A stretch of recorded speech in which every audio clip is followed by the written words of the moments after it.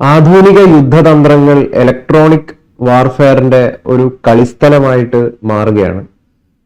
അതിന്റെ കാരണത്താൽ തന്നെ പുതിയ സാങ്കേതിക വിദ്യകളാണ് ഇങ്ങനെയുള്ള സ്ഥലങ്ങളിൽ പ്രധാനപ്പെട്ടിട്ടുള്ള യുദ്ധമുഖങ്ങളിൽ പ്രയോജനപ്പെടുത്തുന്നത്.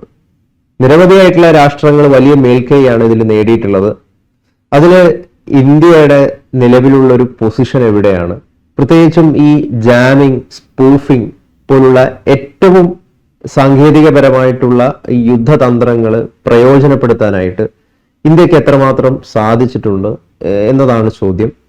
ഇപ്പൊ കേൾക്കുന്ന ഒരു ഏറ്റവും പ്രധാനപ്പെട്ടുള്ള ഒരു വാർത്ത, കൊഹിറന്റ് ഡിസെപ്ഷൻ ജാമിങ് പോലുള്ള സംവിധാനങ്ങൾ ഇന്ത്യ വികസിപ്പിക്കുന്നു എന്നുള്ളതാണ്. എന്താണ് ഇതിന്റെ കൂടുതൽ വിശദാംശങ്ങൾ?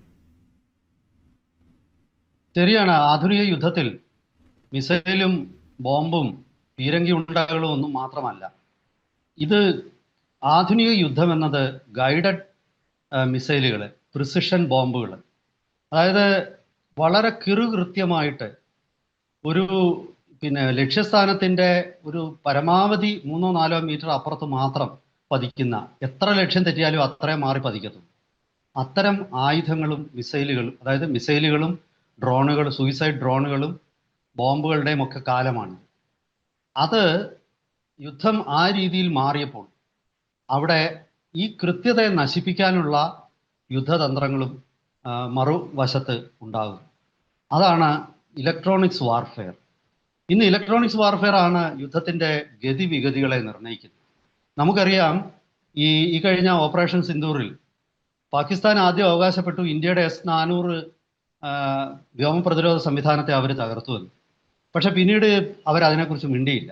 അതായത് അവിടെ ഒരു ഡീകോയ്, ഒരു വ്യാജ സിസ്റ്റം ഉണ്ടാക്കി അതിൻ്റെ റഡാർ സിഗ്നേച്ചറും യഥാർത്ഥ S-400ൻ്റെ റഡാർ സിഗ്നേച്ചറും, അതായത് ഒരു റഡാറിൽ നിന്നും ഒറിജിനൽ S-400ലേക്ക് വന്ന് പതിച്ചിട്ട് തിരിച്ചു പോകുന്ന ആ തരംഗങ്ങളുണ്ടല്ലോ, അത് സൃഷ്ടിക്കുന്ന ഇമേജ് രണ്ടും ഒന്നായി.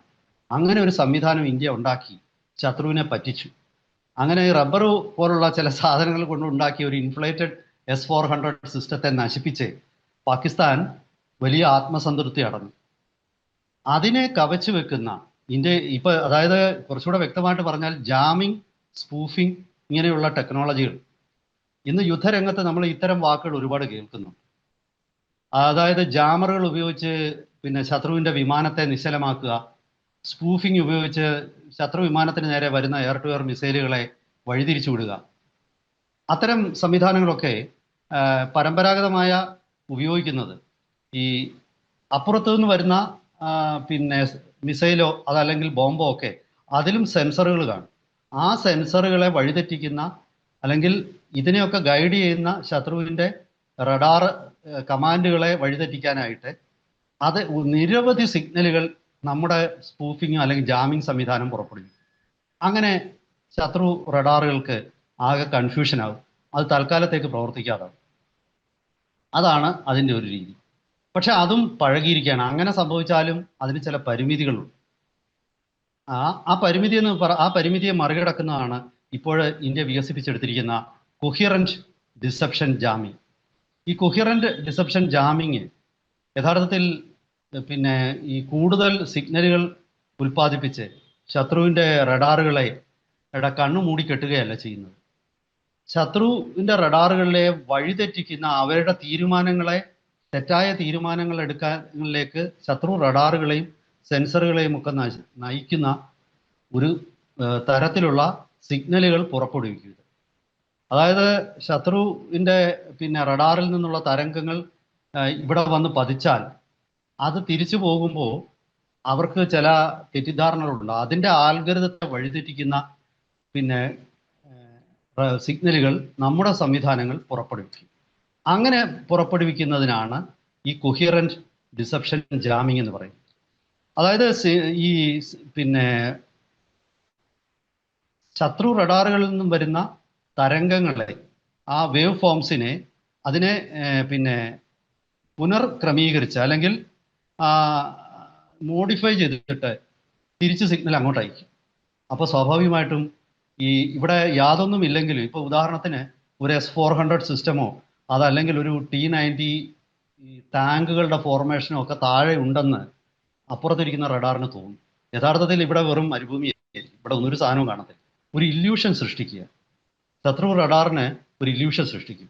അതെങ്ങനെയാന്ന് വെച്ചാൽ നമ്മുടെ ഇവിടെ സ്ഥാപിച്ചിരിക്കുന്ന ഉപകരണങ്ങൾ വ്യാജമായിട്ടുള്ള ചില, അതായത് തെറ്റായ ചില പിന്നെ വേവുകൾ പിന്നെ അങ്ങോട്ട് വിടുകയും റഡാർ അപ്പുറത്തെ റഡാറിൽ നിന്ന് വരുന്ന വേവുകളെ തിരിച്ച് പിന്നെ മാറ്റം വരുത്തിക്കൊണ്ട് അങ്ങോട്ട് തിരിച്ചു വിടുകയും മോഡിഫൈ ചെയ്ത് വിടുകയും ആ മോഡിഫൈ ചെയ്ത് വിടുന്ന തരംഗങ്ങൾ സ്വീകരിച്ചിട്ട് ശത്രുവിൻ്റെ റഡാറിൽ തെളിയുന്ന ഒരു വിശദാംശങ്ങൾ വഴിതെറ്റിക്കുകയും അവരെ തന്നെ വഴിതെറ്റിക്കുകയും ചെയ്യുന്ന ഒരു സംവിധാനമാണ്. അതാണ് ഈ കൊഹിയറൻറ്റ് ഡിസെപ്ഷൻ ജാമിങ്. ഈ കൊഹിയറൻറ്റ് ഡിസെപ്ഷൻ ജാമിങ് മുഖ്യമായിട്ടും ഇപ്പോൾ ആവശ്യമായിട്ട് വന്നിരിക്കുന്നത്, ഇപ്പം മിക്കവാറും സിന്തറ്റിക് അപ്പർച്ചർ റഡാറുകളുള്ള ഉപഗ്രഹങ്ങളോ വിമാനങ്ങളോ ആണ് പലപ്പോഴും നമ്മുടെ ആയുധങ്ങൾ എവിടെയാണെന്നുള്ള ലൊക്കേഷൻ കണ്ടുപിടിക്കുന്നത്. ഈ സിന്തറ്റിക് അപ്പർച്ചർ റഡാറുകളുടെ ഒരു പ്രത്യേകത, ഇത് മഴയാണെങ്കിലും വെയിലാണെങ്കിലും രാത്രിയാണെങ്കിലും പകലാണെങ്കിലും ആകാശത്ത് മേഘങ്ങളുടെ സാന്നിധ്യമൊക്കെ ഉണ്ടെങ്കിലും സിന്തറ്റിക് അപ്പർച്ചർ റഡാറുകൾക്ക് വളരെ കൃത്യമായിട്ട് അത് പിന്നെ 2D അല്ലെങ്കിൽ 3D പിക്ചറുകൾ ഉണ്ടാക്കാൻ പറ്റും. ഇത്തരം റഡാറുകൾ സ്ഥാപിച്ചിട്ടുള്ള നിരവധി സാറ്റലൈറ്റുകൾ, ഉപഗ്രഹങ്ങളും അതുപോലെ ഡ്രോണുകളുമൊക്കെ ചൈനയെ പോലുള്ള രാജ്യങ്ങൾക്കും. അപ്പോൾ അവർക്ക് ലെഗാസി സിസ്റ്റംസ്, അതായത് ലെഗാസി ജാമിങ്ങോ സ്പൂഫിങ്ങോ കൊണ്ട് അതിനെയൊന്നും നമുക്ക് വഴിതെറ്റിച്ച് വിടാൻ പറ്റില്ല.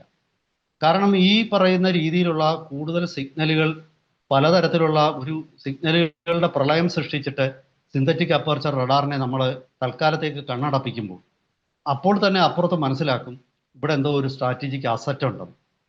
അതായത് തന്ത്രപ്രധാനമായ എന്തെങ്കിലും ഒരു ഒരു ഒരു ഒരു ഇൻഫ്രാസ്ട്രക്ചർ ആവാം, ആയുധങ്ങളാവാം, അതൊക്കെ ഉള്ളൊരു സ്ഥലമാണിതെന്ന് അവരിവിടേക്ക് മിസൈലുകൾ വർഷിക്കും. അപ്പോൾ ഇതിൽ ചിലതെങ്കിലും പോയിട്ട് ലക്ഷ്യസ്ഥാനത്ത് പതിക്കും. അതൊരു പരിമിതിയാണ് ഈ ലെഗാസി ജാമിങ് സിസ്റ്റങ്ങളുടെ ഉള്ളത്. ഞാൻ ഈ ഇപ്പോൾ പറഞ്ഞ കൊഹിയറൻറ്റ് ഡിസെപ്ഷൻ ജാമിങ്ങിന് ആ ഒരു പരിമിതിയില്ല. കാരണം അതവിടെ ഈ സിഗ്നലുകളുടെ ഒരു പ്രളയം സൃഷ്ടിച്ചിട്ടല്ല ശത്രുവിനെ തെറ്റിദ്ധരിപ്പിക്കുന്നത്. വ്യാജ സിഗ്നലുകൾ, അവിടെ നയിക്കുന്നതിൻ്റെ സമാനമായ വേവ് ലെങ്തിലുള്ള സിഗ്നലുകൾ, അല്ലെങ്കിൽ അവിടെ നയിക്കുന്ന സിഗ്നലുകൾ റീസ്ട്രക്ചർ ചെയ്തിട്ട് അവർക്ക് തന്നെ തിരിച്ചയക്കുക. അപ്പോൾ അവിടെ തെറ്റിദ്ധാരണ ഉണ്ടാകും. അവിടെ ഒരിക്കലും ഇവിടെ ആരും ഇതിനെ സിഗ്നലുകളെ തടഞ്ഞിട്ടില്ല, അങ്ങനെ തടഞ്ഞതായിട്ട് ശത്രുവിന് തോന്നുന്നില്ല. റഡാറുകളുടെ കണ്ണ് ഒരു നിമിഷത്തേക്ക് മങ്ങിപ്പോകുന്നില്ല, റഡാറുകൾ പതിവ് പോലെ പ്രവർത്തിക്കും.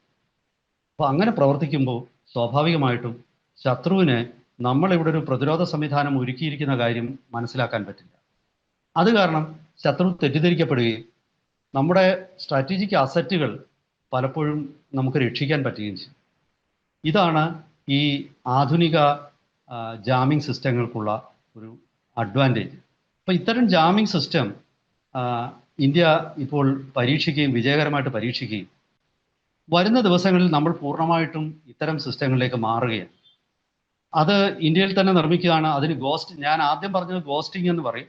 അതായത് ഈ സിഗ്നലുകൾ, വ്യാജ സിഗ്നലുകൾ ഉണ്ടാക്കുക, അല്ലെങ്കിൽ മറ്റു SIR റഡാറുകൾ അയക്കുന്ന സിഗ്നലുകളെ മാറ്റിയെടുക്കുക, അതിനെ റീസ്ട്രക്ചർ ചെയ്യുകയൊക്കെ ചെയ്യുന്നത് ഗോസ്റ്റിംഗ് എന്നാണ് അതിന് പറയുന്നത്. ഇറേഷൻ എന്ന് പറയുന്ന മറ്റൊരു പ്രവർത്തിക്കൂടെ ഈ കൊഹിയറൻറ്റ് ഡിസെപ്ഷൻ ജാമിങ് കൊണ്ട് സംഭവിക്കും. അതായത് ഇങ്ങനെ ഒരു വസ്തുവേ ഇവിടെ ഇല്ല എന്നുള്ള രീതിയിൽ വരും. ഇവിടെ മറ്റൊരു റഡാറിൻ്റെ നയിക്കുന്ന പൾസുകൾ അല്ലെങ്കിൽ സിഗ്നലുകൾ ഇവിടെ വന്നിട്ട് പ്രതിഫലിച്ച് തിരിച്ചു പോകുമ്പോഴാണ് റേഡിയോ വേവ്സ് ഏതെങ്കിലും ഒരു വസ്തുവിൽ വന്ന് തട്ടുന്നു, അത് തിരിച്ചു പോകുന്നു. അങ്ങനെയാണ് റഡാറുകൾ ഈ ലക്ഷ്യസ്ഥാനവും അതുപോലെ റഡാർ എത്ര ദൂരത്തിലാണെന്നുള്ളത് കണ്ടുപിടിക്കുന്നത്, അതിൻ്റെ ദൂരം നിശ്ചയിക്കുന്നത്, അതിൻ്റെ ഒരു ത്രിമാന ചിത്രം അവിടെ തെളിഞ്ഞു വരുന്നത്. പക്ഷേ ഈ വരുന്ന സിഗ്നല് വേവുകളെ പൂർണ്ണമായിട്ടും നമ്മൾ പിടിച്ചെടുക്കുകയാണെങ്കിൽ സ്വാഭാവികമായിട്ടും അവിടെ മറ്റൊന്നും നമുക്ക് സംഭവിക്കാനില്ല. കാരണം ഇവിടെ വെറും ബാരൻ ലാൻഡാണെന്നും യഥാർത്ഥത്തിൽ ഇങ്ങനെ ഒരു സ്ട്രാറ്റജിക് അസറ്റ് ഇവിടെ ഇല്ല എന്നുമൊക്കെയുള്ള ഒരു സൂചനയാണ് എതിരാളിയുടെ റഡാറിന് കിട്ടുന്നത്. അങ്ങനെയുള്ള ഒരു സാഹചര്യമാണ് ഇപ്പോൾ ഈ ആധുനിക ജാമിംഗ് സംവിധാനങ്ങൾ സൃഷ്ടിക്കുന്നത്. എന്തായാലും വരും കാലങ്ങളിൽ ഇലക്ട്രോണിക്സ് വാർഫെയർ ആയിരിക്കും നിർണായകം. അതായത് എത്ര ആധുനിക വിമാനമാണെങ്കിലും ശരി, എത്ര പ്രിസിഷൻ ആയിട്ടുള്ള ക്രൂയിസ് മിസൈലുകളാണെങ്കിലും ശരി, അവയൊക്കെ തന്നെ വഴിതെറ്റിച്ചു വിടാൻ പറ്റും. നമുക്കറിയാം, അമേരിക്കയുടെ ഒരു F-35 ലൈറ്റനിങ് വിമാനം കുറച്ചു നാളിന് മുമ്പ് തിരുവനന്തപുരം അന്താരാഷ്ട്ര എയർപോർട്ടിൽ ഇറങ്ങേണ്ടവർ. അവിടെ ഇറങ്ങിയ വിമാനം അത് ബ്രിട്ടന്റെ ഒരു വിമാനവാഹിനി കപ്പലിൽ നിന്നും പറന്നുയർന്ന വിമാനമാണ്. അവിടെ ഇറങ്ങിയ വിമാനം പിന്നീട് ഒരു 40ഓളം ദിവസങ്ങൾ കഴിഞ്ഞിട്ടാണ് അവർക്ക് തിരിച്ചു കൊണ്ടുപോകാൻ പറ്റിയത്. അത് ഇന്ത്യ നടത്തിയ ഇലക്ട്രോണിക് വാർഫെയർ ആയിരുന്നു എന്നുള്ളതാണ് പൊതുവെ ഇപ്പോൾ അംഗീകരിക്കപ്പെടുന്നത്. കാരണം ഇന്ത്യയുടെ വ്യോമാതിർത്തി ലംഘിച്ച് ഇന്ത്യയുടെ റഡാർ അല്ലെങ്കിൽ സെൻസർ നെറ്റ്വർക്കുകൾക്ക് എയർ കമാൻഡ് ആൻഡ് കൺട്രോൾ സിസ്റ്റത്തിന് ഇതിനെ തിരിച്ചറിയാൻ പറ്റുമോ എന്നുള്ള ഒരു പരീക്ഷണമാണ് അവർ നടത്തിയതെന്ന് ചില സൂചനകളെങ്കിലും ഉണ്ട്. അങ്ങനെയുള്ള ആ പരീക്ഷണങ്ങൾ പരാജയപ്പെട്ടു. കാരണം ഇന്ത്യയുടെ radar network, air command and control system വളരെ കൃത്യമായിട്ട് ഈ വിമാനത്തെ ലൊക്കേറ്റ് ചെയ്തു. ഈ വിമാനത്തിന് ജാമിങ് നടത്തി. വിമാനത്തിന്റെ ഇലക്ട്രോണിക് സംവിധാനങ്ങൾ തകരാറിലായപ്പോൾ അത് ഏറ്റവും അടുത്തുള്ള എയർപോർട്ടിൽ ഇറങ്ങേണ്ട വന്നു. തിരുവനന്തപുരം എയർപോർട്ടാണ് ഇന്ത്യയോട് ഔദ്യോഗികമായിട്ട് തന്നെ റിക്വസ്റ്റ് അയച്ചു. ഇന്ത്യ അത് അംഗീകരിച്ചു. ഇവിടെ വിമാനം തിരുവനന്തപുരം എയർപോർട്ടിൽ ഇറക്കി അവിടെ സൂക്ഷിച്ചു. അപ്പോൾ ഇലക്ട്രോണിക് വാർഫെയറിന്റെ ഒരു പ്രസക്തി നമുക്ക് മനസ്സിലായി. വരും കാലങ്ങളിൽ ബുദ്ധിപൂർവ്വം എല്ലാ രാജ്യങ്ങളും, ഈവൻ സുഹൃത്ത് രാഷ്ട്രങ്ങൾക്ക് നേരെ പോലും പലപ്പോഴും ഇത്തരം ജാമിങ്ങും സ്പൂഫിങ്ങും ഒക്കെ നടക്കും. നമ്മുടെ ഇന്ത്യയിലുണ്ടായ എയർ ഇന്ത്യയുടെ അവാർഡ് ഉൾപ്പെടെ പലതും ജാമിങ്ങോ അറ്റാക്കുകളായിരുന്നു എന്നുള്ള ചില വാർത്തകളൊക്കെ പുറത്തു വന്നിട്ടുണ്ട്. അപ്പോൾ ഇത്തരം സാഹചര്യങ്ങളിൽ ആന്റി ജാമിങ് സിസ്റ്റത്തിനും ഇലക്ട്രോണിക് വാർഫെയർ സിസ്റ്റത്തിനുമുള്ള പ്രസക്തി വീണ്ടും വർദ്ധിച്ചിരിക്കുകയാണ്. എന്തായാലും വരും ദിവസങ്ങളിൽ കൂടുതൽ ഈ സംബന്ധിച്ച വിവരങ്ങൾ പുറത്തു വരുമ്പോൾ നമുക്ക് വിശദാംശങ്ങളുമായിട്ട് നമുക്ക് പ്രേക്ഷകരെ സമീപിക്കാം. തൽക്കാലം ഇന്ത്യ ഈ രംഗത്ത് നേടുന്ന ഒരു വലിയ പുരോഗതിയെ നമുക്ക് കൈയടിച്ച് നമുക്ക് അതിൽ ഇന്ത്യൻ ശാസ്ത്രജ്ഞന്മാരെ അഭിനന്ദിക്കാം. ഒരിക്കൽ കൂടി എല്ലാവർക്കും നമസ്കാരം. വിശദാംശങ്ങളുമായിട്ട് വീണ്ടും കാണാം.